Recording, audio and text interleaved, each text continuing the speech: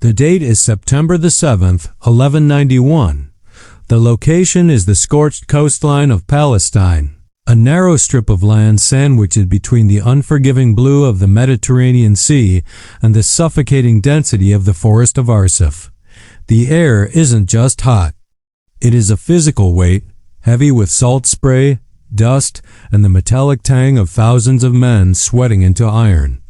Temperatures are soaring past 90 degrees Fahrenheit. And for the men of the Third Crusade, every breath feels like inhaling from an open oven. Picture this scene. You are a European knight, encased from head to toe in chainmail hauberk, padded gambeson, and an iron helm. You are effectively wearing a solar oven. Your lips are cracked, your water skin is dry, and your horse is foaming at the mouth. But you cannot stop, you cannot rest. Because just beyond the tree line to your left, the shadows are moving. They are shifting, screaming, and firing. For the last 2 weeks, you have been a walking target. You are marching south from Acre to Jaffa, and for every single mile of that journey, you have been shadowed by the greatest army the Islamic world has ever assembled. Saladin, the Sultan of Egypt and Syria, is not just watching you. He is hunting you. He has 30,000 men-like cavalry, mounted archers, heavy Mamluks swarming your column like angry wasps. They strike, they loose their arrows, and they vanish before you can swing a sword. But here is what the chronicles often fail to capture. The Battle of Arsuf was not initially a battle of weapons. It was a battle of minds. It was a contest of supreme psychological torture. Saladin's strategy was simple. Harassed the Crusaders until they lost their temper, broke their formation, and scattered. Once they scattered, his light cavalry would butcher them piece by piece. Richard the Lionheart, the King of England and the de facto leader of the Crusade, knew this. His order was absolute and punishable by death. No one attacks until the trumpet sounds. No one charges until the trap is ready. This was the state of affairs as the sun rose over the forest of Arsuf. 2 titanic wills were locked in a stalemate. On one side, the unstoppable force of Saladin's fluid, rapid-fire warfare. On the other, the immovable object of Richard's disciplined, ironclad column. But on this day, the stalemate would break. On this day, the patience of men would snap, unleashing one of the most devastating cavalry charges in human history. In the span of 60 minutes, the myth of Saladin's invincibility would be shattered, and the sands of the Levant would be painted red. To understand why Arsuf mattered, we must first look at the chessboard. The Third Crusade had begun with high hopes and bitter rivalries. The fall of Jerusalem to Saladin in 1187 had sent shockwaves through Christendom, prompting the kings of Europe to take the cross. But by 1191, the crusade was in a precarious position. While they had successfully captured the port city of Acre after a brutal 2-year siege, the Crusaders were exhausted, disease-ridden, and politically fractured.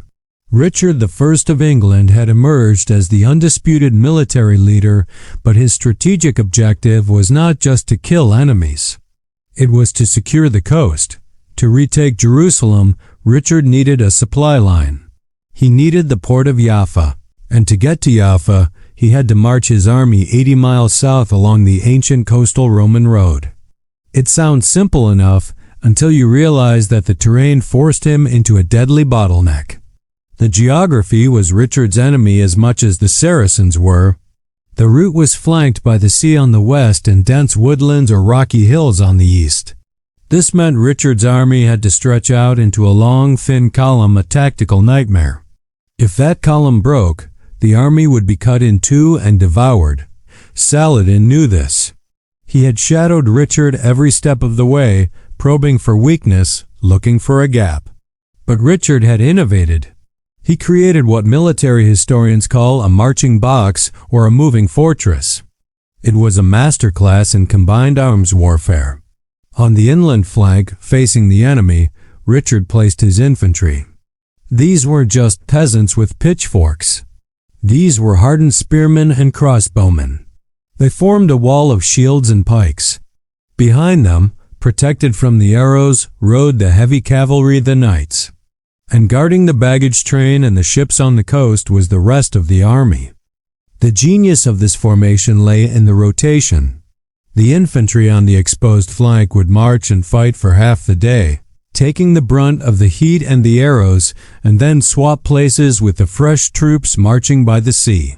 It was a conveyor belt of fresh soldiers that allowed the army to keep moving despite the constant attacks. But even the best system has a breaking point. And Saladin had decided that Arsuf would be that breaking point. Saladin was desperate. The loss of Acre had damaged his reputation. The Muslim emirs were grumbling. If Richard took Jaffa, the road to Jerusalem would be open. Saladin gathered his generals and told them that the hit-and-run tactics were over. They would not just harass the Franks today, they would stop them. He amassed his full-strength estimates range from 20 to 30,000 men. He brought up his elite heavy cavalry, the Mamluks, and thousands of Nubian and Bedouin infantry. September 7th dawned with an ominous silence that was quickly shattered. As Richard's column began to move, emerging from the cover of the wooded gardens near the ROC Taylor River, the attack began. But this wasn't the usual skirmishing. This was an all-out assault. The chronicler Baha al-Din, who was present at Saladin's side, described the scene as a gathering storm. Suddenly, the wooded hills to the east erupted. 2,000 Bedouin skirmishers and Nubian archers poured out of the trees, running toward the Crusader rear guard. They were on foot, agile and unarmored, closing the distance rapidly. Following them were squadron after squadron of Turkish horse archers. The sky effectively turned black. The sheer volume of arrows fired that morning is difficult to comprehend. Contemporary accounts describe the Crusaders marching with 10 or 20 arrows sticking out of their chainmail, looking like hedgehogs, yet still marching. The thick felt padding worn under the mail, the gambeson, was doing its job, absorbing the kinetic energy of the arrows. But the horses were not so lucky. The Crusaders were losing their mounts at an alarming rate, and a knight without a horse in the middle of a desert is a distinct liability. The noise was deafening. Saladin had ordered his drummers and cymbal players to create a cacophony designed to drown out orders and terrify the Europeans. The pressure was focused entirely on the rear of Richard's column. This was where the Knights Hospitaller were stationed, commanded by Garnier de Nablus. The Hospitallers were warrior monks, arguably the most disciplined soldiers in Christendom, but even they were being pushed to the brink. They were walking backward, shields raised, absorbing wave after wave of attacks, unable to strike back. Saladin's strategy was clear. He wanted to induce the feigned retreat. His horsemen would charge in, fire point blank, and then wheel away, hoping the Hospitallers would lose their discipline and chase them. If the knights charged prematurely, they would be separated from the infantry and slaughtered. It was a baiting game, played with human lives. By mid-morning, the situation was becoming critical. The heat was rising. The dust choked the men. The attacks on the rear guard were becoming so ferocious that the Hospitallers were practically fighting hand-to-hand with the enemy cavalry while trying to walk backward. Garnier de Nablus rode up the line to find Richard. He pleaded with the king. "Sire," he reportedly said, "we are being pressed violently. We are losing our horses. Let us charge." Richard's response was cold, calculated, and terrifying. "Patience," he said. "Do not break the line." Richard was waiting for the perfect moment. He knew that for a heavy cavalry charge to be decisive, the enemy had to be fully committed. They had to be so close that they couldn't escape. He wanted Saladin's entire army to condense against his line, to pack themselves in so tight that when the hammer fell, they would have nowhere to run. So the march continued. The psychological strain on the Hospitallers was becoming unbearable. Imagine the discipline required to watch your brothers fall, to see your prized war horses shot out from under you. To have the enemy mocking you from 10 yards away and to do absolutely nothing. It goes against every instinct of a warrior. The tension in the air was like a bowstring pulled back to its absolute limit, groaning, ready to snap. And then, it happened. The snap. It was shortly after midday. The army had passed the forest and was approaching the gardens of Arsuf. The attacks on the rear reached a fever pitch. A squadron of Saladin's elite mounted archers charged in, firing into the backs of the Hospitaller infantry. It was too much. According to the chronicles, the breaking point came from two knights, the marshal of the hospital and a knight named Baldwin de Caron. They could no longer restrain themselves. Without waiting for the king's signal, they burst through their own infantry lines. "St. George!" They screamed, lowering their lances and spurring their horses into the mass of Saracens. This was the moment of doom. This was the moment where the battle could have been lost. A premature charge usually results in the charging units being cut off and surrounded. Garnier de Nablus, seeing his men go, made a split-second decision. He couldn't leave them to die. He ordered the entire Hospitaller rearguard to charge. Up at the front of the column, Richard heard the roar. He looked back and saw the banner of the hospital plunging into the enemy. His plan for a coordinated, simultaneous assault was ruined. Chaos threatened to engulf the army. If he hesitated, the army would fragment. If he tried to call them back, they would be slaughtered in the confusion. So Richard did the only thing a great commander could do. He adapted. He didn't fight the chaos. He embraced it. He signaled the all-out charge. What followed was a spectacle of violence that the medieval world had rarely seen. The charge of the heavy cavalry was the nuclear weapon of the Middle Ages, when thousands of armored knights, riding destriers weighing over 1,000 pounds each, hit a static line. The physics are terrifying. It is a wall of steel moving at 20 miles per hour. Because Richard reacted so quickly, he transformed a mistake into a masterstroke. The Hospitallers in the rear smashed into Saladin's right wing. Moments later, the middle of the Crusader line, the French and Flemish troops wheeled around and charged the center. Finally, the Templars at the front swung specifically to hit the left. It was a rolling thunder, a cascading wave of steel that slammed into the Ayyubid army just as they were preparing another attack. The result was catastrophic for Saladin. His light horsemen, who relied on speed and spacing, were caught flat-footed. They had been pressing so close to the Crusader column that they had no time to turn and accelerate away. The heavy European horses simply ran them down. The sensory overload of that impact is hard to describe. The sound of lances shattering shields, the screams of men and horses, the crunch of bone under iron hooves. The dust cloud kicked up was so thick that men fought in a gray twilight. Richard himself was in the thick of it. The chronicles describe him as a giant of a man wielding a heavy sword, carving a path through the enemy ranks. He was the reaper, one account says, and the enemy was the harvest. The Ayyubid army didn't just break. It disintegrated. The light armor of the Turkish archers offered zero protection against the heavy lances of the knights. In the initial shock, thousands were trampled or cut down. The close-quarters combat negated Saladin's advantage in numbers and mobility.